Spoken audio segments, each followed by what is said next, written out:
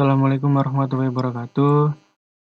Perkenalkan nama saya Absir Muhammad Hamam. Di sini saya akan menjelaskan mengenai makalah Cyber Sabotage and Extortion. Yang pertama itu ada cybercrime. Pada awalnya cybercrime didefinisikan sebagai kejahatan komputer. Nah, menurut Mendel dalam Suharyanto tahun 2012 disebutkan bahwa ada dua kegiatan komputer crime. Nah, yang pertama, penggunaan komputer untuk melaksanakan perbuatan penipuan, pencurian, atau penyembunyian yang dimaksud untuk memperoleh keuntungan keuangan, keuntungan bisnis, kekayaan, atau pelayanan. Yang kedua, ancaman terhadap komputer itu sendiri, seperti pencurian perangkat keras atau lunak, sabotase, dan pemerasan. Kemudian, di sini ada karakteristik cybercrime. Yang pertama, perbuatan yang dilakukan secara ilegal, tanpa hak atau tidak etis tersebut dilakukan. Yang kedua, dalam ruang atau wilayah cyber sehingga tidak dapat dipastikan yurisdiksi negara mana yang berlaku. Kemudian, perbuatan tersebut dilakukan dengan menggunakan peralatan apapun yang terhubung dengan internet. Kemudian, perbuatan tersebut mengakibatkan kerugian material maupun imaterial yang cenderung lebih besar dibandingkan dengan kejahatan konvensional. Kemudian, pelakunya itu adalah orang yang menguasai penggunaan internet beserta aplikasinya. Kemudian, perbuatan tersebut sering dilakukan melintas batas negara. Kemudian ada bentuk-bentuk cybercrime. Di sini ada klasifikasi kejahatan komputer. Nah, yang pertama itu kejahatan yang menyangkut data atau informasi komputer. Yang kedua, kejahatan yang menyangkut program atau software komputer. Yang ketiga, pemakaian fasilitas komputer tanpa wewenang untuk kepentingan yang tidak sesuai dengan tujuan pengelolaan atau operasinya. Yang keempat ini tindakan yang mengganggu operasi komputer. Yang kelima, tindakan merusak peralatan komputer atau yang berhubungan dengan komputer atau sarana penunjangnya. Nah, kemudian saya akan menjelaskan mengenai cyber law. Di sini cyber law merupakan aspek hukum yang ruang lingkupnya meliputi setiap aspek yang berhubungan dengan orang perorangan atau subjek hukum yang menggunakan dan memanfaatkan teknologi internet yang mana dimulai pada saat mulai online nih dan memasuki dunia cyber atau maya. Nah, ini adalah ruang lingkup cyber law. Yang pertama itu ada copyright, yang kedua hak merek, yang ketiga pencemaran nama baik, yang keempat fitnah, penistaan, penghinaan. Kemudian yang keempat serangan terhadap fasilitas komputer seperti hacking, virus, ilegal akses. Kemudian yang kelima pengaturan sumber daya internet seperti IP address dan domain. Kemudian kenyamanan individu atau privasi. Kemudian prinsip kehati-hatian. Kemudian tindakan kriminal biasa menggunakan TI sebagai alat. Kemudian isu prosedur seperti yurisdiksi, pembuktian, penyelidikan, dan lain-lain. Kemudian kontrak atau transaksi elektronik dan tanda tangan digital. Kemudian ada pornografi, seperti pencurian melalui internet, perlindungan konsumen, pemanfaatan internet dalam aktivitas keseharian seperti e-commerce, e-government, education, dan lain-lain. Assalamualaikum warahmatullahi wabarakatuh. Saya Fernando Setiawan akan membahas tentang pengaturan cybercrime dalam UU ITE. Rangkuman dari matan UU ITE adalah sebagai berikut. Yang pertama, tanda tangan elektronik memiliki kekuatan hukum yang sama dengan tanda tangan konvensional, tinta basah dan bermaterai, sesuai dengan ASEAN Framework Guidelines atau panduan peraturannya. Pengakuan tanda tangan digital lintas batas.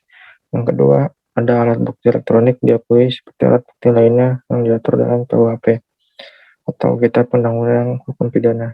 Yang ketiga, ada UU ITE berlaku untuk setiap orang yang melakukan perbuatan hukum, baik yang berada di wilayah Indonesia maupun di luar Indonesia, yang memiliki akibat hukum di Indonesia. Yakni jika WNI berada di dalam Indonesia maupun di luar Indonesia, akan tetap dilaksanakan UU ITE jika dia bersalah. Yang keempat, ada pengaturan nama domain dan hak kekayaan intelektual atau HKI. Yang kelima, ada perbuatan yang dilarang. Cybercrime dijelaskan pada bab 7, pasal 27 sampai 37. Pasal 27 berisi asusila, perjudian, penghinaan, dan pemerasan. Pasal 28 berisi tentang berita bohong dan menyesatkan atau hoax, dan berita kebencian dan permusuhan atau hate speech. Yang ketiga, pasal 29, yaitu ancaman kekerasan dan menakut-nakuti. Pasal 30, yaitu akses komputer pihak lain tanpa izin atau cracking. Pasal 31, yaitu penyadapan, perubahan, dan penghilangan informasi. Pasal 32 berisi tentang pemindahan, perusakan, dan membuka informasi rahasia. Pasal 33 itu virus dan membuat sistem tidak bekerja atau DOS. Pasal 35 menjadikan seolah dokumen otentik atau phishing. Phishing itu seperti kita memancing orang lain untuk mengklik suatu hal yang berbahaya. Kemudian bab bagian cyber sabotage dan extortion. Cyber sabotage adalah kejahatan yang dilakukan dengan membuat gangguan, perusakan atau penghancuran terhadap suatu data program, komputer atau sistem jaringan komputer yang terhubung dengan internet. Biasanya kejahatan seperti ini dilakukan dengan mengucapkan suatu logic bomb atau bisa disebut dengan trojan ya, virus komputer ataupun suatu program tertentu, sehingga data pada program komputer atau sistem jaringan komputer tersebut tidak dapat digunakan atau diakses, tidak berjalan sebagaimana mestinya atau berjalan sebagaimana yang dikehendaki pelaku. Nah, cyber sabotage ini berbahaya sekali karena komputer kita akan disabotasi dan kita nggak akan bisa memakai komputer kita. Biasanya sang pelaku ini memberikan kita iming-iming tebusan agar kita membayar supaya komputer kita dibebaskan oleh pelaku. Namun, ini adalah cara licik yang digunakan oleh pelaku. Sebaiknya jika kita terkena cyber sabotage, kita harus rela kehilangan data-data penting kita karena kita akan mereset ulang komputer kita supaya bisa pulih kembali. Dan jangan lupa pasang program antivirus yang kuat dan sering mengupdate program antivirus jika tidak ingin terkena cyber sabotage. Kemudian harus berhati-hati dalam menggunakan internet agar kita nggak terkena virus. Atau kalau kita mau aman lagi dari virus, kita jangan menggunakan Windows, gunakanlah Linux. Karena Linux bisa dikatakan 99% aman dari virus. Ya, demikian dari saya. Selebihnya mohon maaf dan kurangnya mohon maaf juga. Wabillahi taufiq wal hidayah. Wassalamualaikum warahmatullahi wabarakatuh. Ya baik, yang selanjutnya itu ada cara yang biasa digunakan untuk melakukan tindakan sabotase. Yang pertama itu ada mengirimkan berita palsu, informasi negatif, atau berbahaya melalui website, jejaring sosial, atau blog. Yang kedua yaitu ada mengganggu atau menyesatkan publik atau pihak berwenang tentang identitas seseorang, baik untuk menyakiti reputasi mereka atau untuk menyembunyikan seorang kriminal. Yang ketiga itu ada aktivis, menggunakan informasi yang diperoleh secara ilegal dari jaringan komputer dan intranet untuk tujuan politik, sosial media, sosial, dan aktivis. Selanjutnya itu ada cyber terorisme, bisa menghentikan, menunda, atau mematikan mesin di jalan oleh komputer, seperti pembangkit listrik tenaga nuklir di Iran yang hampir ditutup oleh hacker tahun 2011. Yang selanjutnya itu ada membombardir sebuah website dengan data sampai kewalahan dan tidak mampu menyelesaikan fungsi dasar dan penting.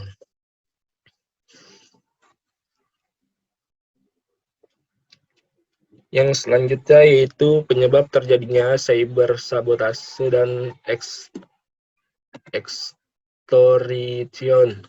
Ada banyak penyebab mengapa bisa terjadi cybercrime, yaitu yang pertama itu akses internet yang tidak terbatas, kelalaian pengguna komputer.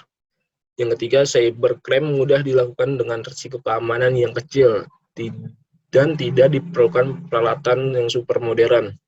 Meskipun kejahatan ini mudah dilakukan, tetapi sangat sulit untuk melacaknya sehingga mendorong pelaku untuk melakukannya. Yang keempat yaitu ada para pelaku umumnya adalah orang yang cerdas, orang yang sangat ingin tahu yang besar, dan orang yang fanatik terhadap komputer, di mana pelaku mengetahui cara kerja komputer lebih banyak dibanding operator komputer. Yang kelima itu ada sistem keamanan jaringan yang lemah. Kurangnya perhatian masyarakat dan aparat.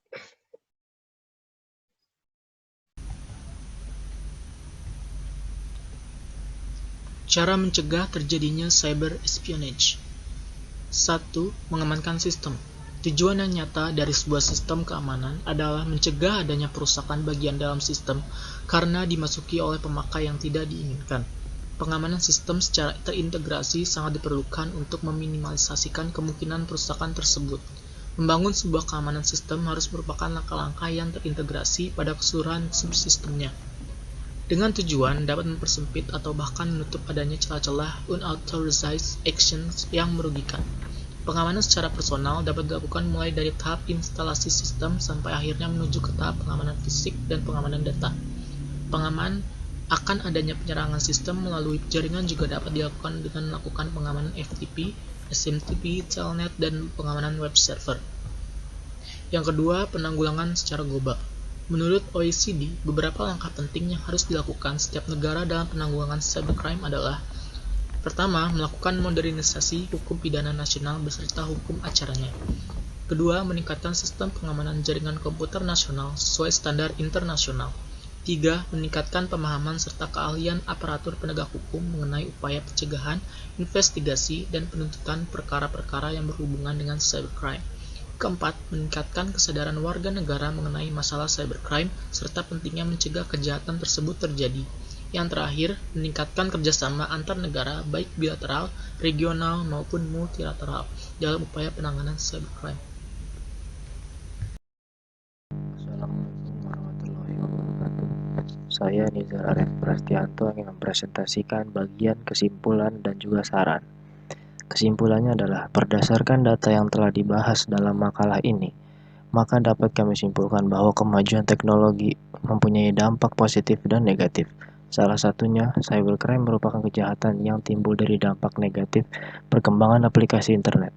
Sarana yang dipakai tidak hanya komputer, melainkan juga teknologi, sehingga yang melakukan kejahatan ini perlu proses belajar.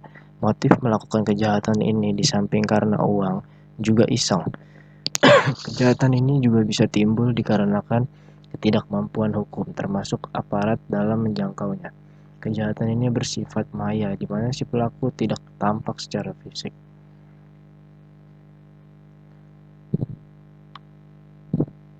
Sarannya, berkaitan dengan cybercrime tersebut, maka perlu adanya upaya untuk pencegahannya. Untuk itu, perlu diperhatikan adalah, pertama, segera membuat regulasi yang berkaitan dengan cyber law pada umumnya dan cybercrime pada khususnya. Lalu yang kedua, kejahatan ini merupakan global crime, maka perlu mempertimbangkan draft internasional yang berkaitan dengan cybercrime. Yang ketiga, melakukan perjanjian ekstradisi dengan negara lain. Yang keempat, mempertimbangkan penerapan alat bukti elektronik dalam hukum pembuktiannya. Yang kelima, harus ada aturan khusus mengenai cybercrime. Sekian dari saya. Wassalamualaikum warahmatullahi wabarakatuh.